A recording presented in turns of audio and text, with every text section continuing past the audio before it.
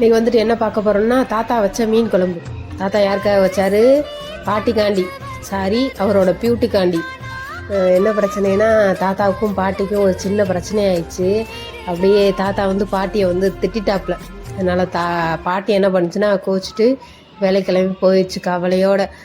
மறுபடி பார்த்தா தாத்தாவுக்கு ரொம்ப ஃபீலிங் ஆயிடுச்சு. நம்மளோட பாட்டியை அடைச்சி பியூட்டியை வஞ்சு விட்டோமே அப்படின்ற கவலையில் நம்மளோட பியூட்டிக்கு ஏதாவது பண்ணணுமே அப்படின்னு சொல்லிட்டு கடையில் போயிட்டு மீன் வாங்கிட்டு வந்து இது சர்ப்ரைஸாக சமைச்சு வைக்கணும்னு ஆசைப்பட்டார்.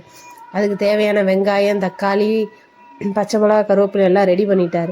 தாத்தாவுக்கு வந்து கிச்சன் பக்கம் போய் பழக்கம் இல்லை.